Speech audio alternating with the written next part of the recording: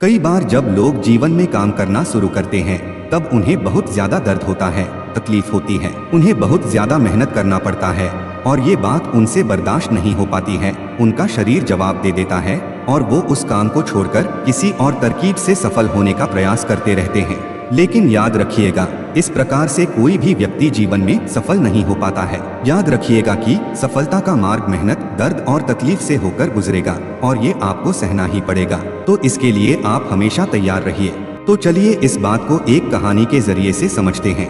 एक बार एक मूर्तिकार अपनी छेनी और हथौड़ी से एक पत्थर को भगवान की मूर्ति का आकार देने का प्रयास कर रहा था। जैसे ही वह छेनी पर अपना हथौड़ा चलाता, वह पत्थर चिल्लाने लगता और कहने लगता कि ये क्या कर रहे हो, मुझे इतना मार क्यों रहे हो, मुझे बहुत दुख हो रहा है, तकलीफ हो रही है, पीड़ा हो रही है, मुझे अपने हाल पर छोड़ दो और यहाँ से चले जाओ। मूर्तिकार ने उस पत्थर से कहा, मुझे बहुत अच्छे से पता है कि तुम्हें बहुत ज्यादा दर्द हो रहा है, तकलीफ हो रही है और तुम बहुत ही ज्यादा पीड़ा में हो। लेकिन यदि आज तुमने इस दर्द को नहीं सहा, इस तकलीफ को नहीं सहा, तो जीवन भर तुम यहीं इसी प्रकार से पड़े रहोगे।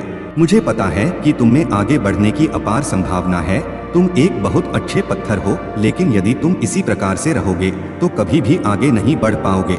इतना कहकर मूर्तिकार अपना औजार उठाया ही था कि पत्थर फिर से चिल्लाने लगा, गिड़गिड़ाने लगा, विनती करने लगा कि मुझे अपने हाल पर छोड़ दो।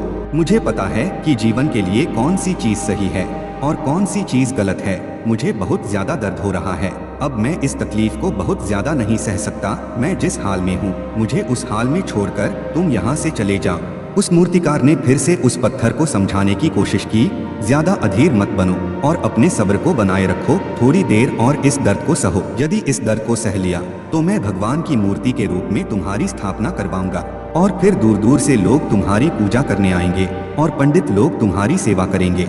लेकिन पत्थर ने उस मूर्तिकार की एक भी बात नहीं मानी। वह चिल्लाता रहा और अपनी बात पर अड़ा रहा। मूर्तिकार ने उस पत्थर को समझाने की बहुत कोशिश की, लेकिन वो पत्थर नहीं माना।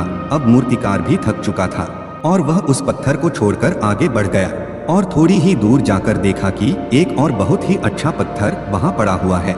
उसने छेनी और हथौड़ी उठाई और उस पत्थर को मूर्ति बनाने के लिए तैयार हो गया। मूर्तिकार ने छेनी और हथौड़ी का वार दूसरे पत्थर पर जारी रखा। दूसरे पत्थर को भी दर्द हुआ, तकलीफ उसे भी हुई, लेकिन उस पत्थर ने बर्दाश्त कर लिया और देखते ही देखते थोड़ी समय के बाद उस पत्थर ने भगवान की मूर्ति का रूप धारण कर लिया। थोड़ी दिन बाद उस मूर्ति की एक मंदिर में स्थापना हो गई। धीरे धीरे करके लोग वहां पूजा पाठ करने आने लगे। लोगों की मन्नतें वहां से पूरी होने लगी और वह मंदिर बहुत ही ज्यादा प्रसिद्ध हो गया। अब धीरे धीरे करके दूर दूर के गांव से लोग वहां पूजा पाठ करने आने लगे। फिर एक दिन एक और पत्थर को उसी मंदिर में लाया गया और उसे एक कोने में रख दिया गया। अब लोग आते और उस पर नारियल फोड़ते। ये कोई और पत्थर नहीं बल्कि वही पत्थर था जिसने दर्द को नहीं सहा था। अब वो पत्थर मन ही मन बहुत ज्यादा पछता रहा था, दुखी हो रहा था और अपने आप से कह रहा था कि काश मैंने उस दिन उस दर्द को, उस तकलीफ को सह लिया होता तो आज लोग मेरी भी पूजा करते। इसलिए आप भी अपने जीवन में हमेशा याद रखिएगा कि जब भी आप अपने करियर की शुरुआत में किसी काम को कर रहे हो, पढ़ाई कर रहे हो या कोई भी काम कर रहे हो और उसमें आपको दर्द हो रहा है, तकलीफ हो रही है, ज्यादा मेहनत करना पड़ रहा है, तो आप रुकिएगा मत, किसी और रास्ते की शुरुआत मत करिएगा, क्योंकि कोई और रास्ता आपको सफलता नहीं दे सकता है।